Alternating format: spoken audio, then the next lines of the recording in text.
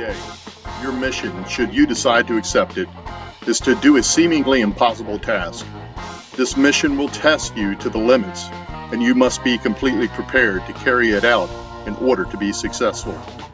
As always, should you or any member of this team be caught or killed, the Secretary will disavow any knowledge of your actions.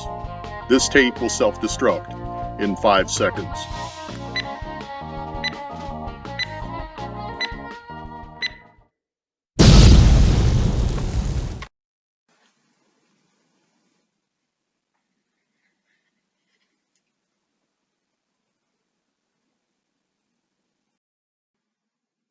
Hey everybody, Chaplain Welty here.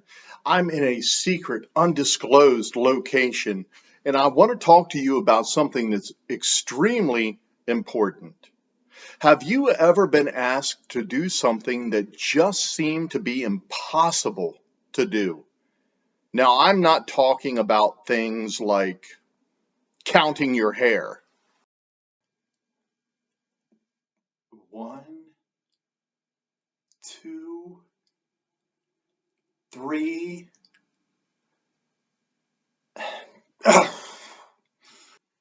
Washing your eyes with soap. It burns.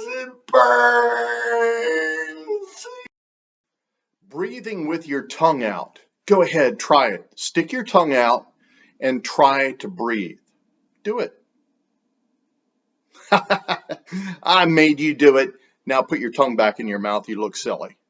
No, I'm talking about legitimate tasks that you may have been given or circumstances that you may face in life.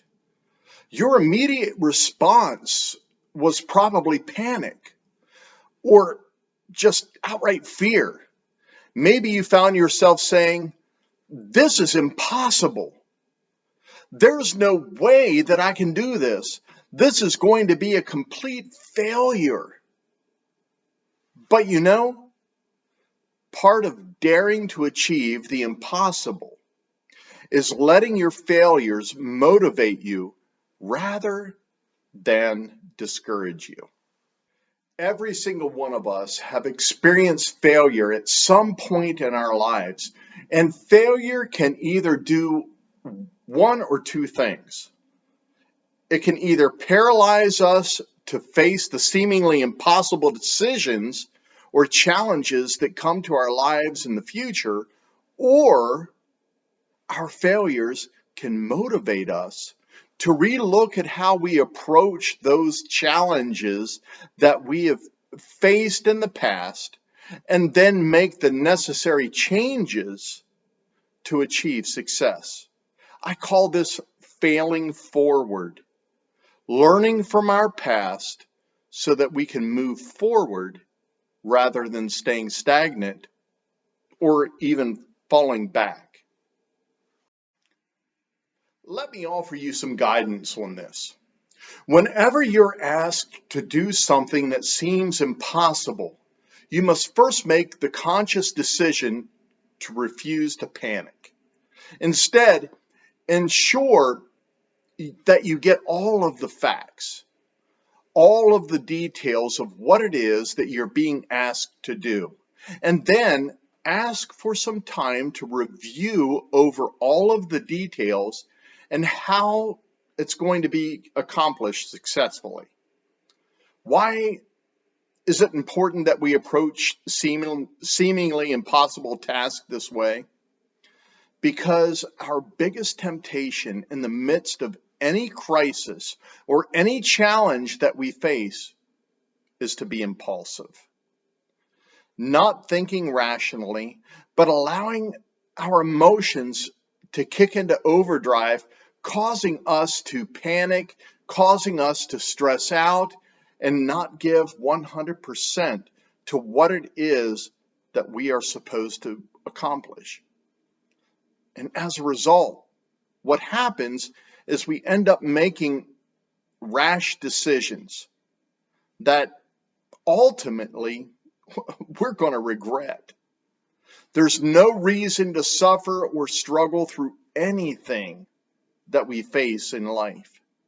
So Don't make a permanent decision based upon a temporary emotion. Making a decision can take only a minute, only a moment, but living with that decision, well, that can last a lifetime. You know, it's far more important for us to make the right decision than it is to make a fast decision. Bottom line is, a wrong decision is wrong, no matter how quickly you make it. So step back, take a deep breath, calm down, get all the facts, and most importantly, you need to pray. Talk to God and ask Him to give you the guidance that you need on the matter that's going to give you peace so that you can accomplish the task without being stressed out over it. The thing is, we often focus upon our own limitations and we forget to seek God in empowering and equipping us to accomplish what needs to be done. You may not see a way, but listen, the thing is, God still has a way. It may look impossible to you, but God can do the impossible. In the Old Testament, Daniel, he was asked by the king to interpret a dream that he had. Now, to sort of give you a little bit of a background on this, the king had asked a few other people to do this before Daniel. They failed. They failed in the task, and ultimately the king put them to death. Talk about a stressful situation. But I believe that Daniel's response gives us a great model, a great example for dealing with high pressured situations. As Daniel chapter 2 and verse 16 tells us, Daniel went at once to see the king and requested more time to tell the king what the dream meant. Daniel, he could have been pressured into making a quick decision, and he could have failed miserably. But he approached what he was being asked to do rationally, thoughtfully, prayerfully, trusting God in all of his guidance to give him what he needed to do in order to accomplish the task. Every single one of us have been faced with a series of great opportunities in life that are brilliantly disguised as impossible situations. And when those moments arise, you're more likely to make a better decision when you don't rush and make a quick one. Truly successful decision making relies on a balance between deliberate and instinctive decision. Deliberate and distinctive thinking. This is true with any decision that you make in life, whether it be employment decisions or financial decisions or relationship decisions, etc. Take your time, think things through, get all of the details that you can, and pray to God to give you the guidance, to give you the peace that you need in that situation. You'll know that you've made the right decision when you pick the hardest and most painful choice, but your heart is still at peace. Some of you might try to take the easy way out and not make a decision at all. But you know what? Deciding not to make a decision, it's still a decision.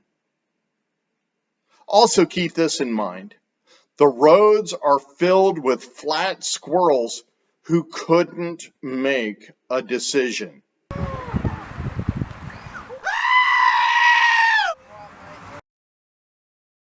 So no matter what it is, and no matter how impossible it may seem to be in the moment, take the time, get the facts, think it out, and most importantly, pray about it.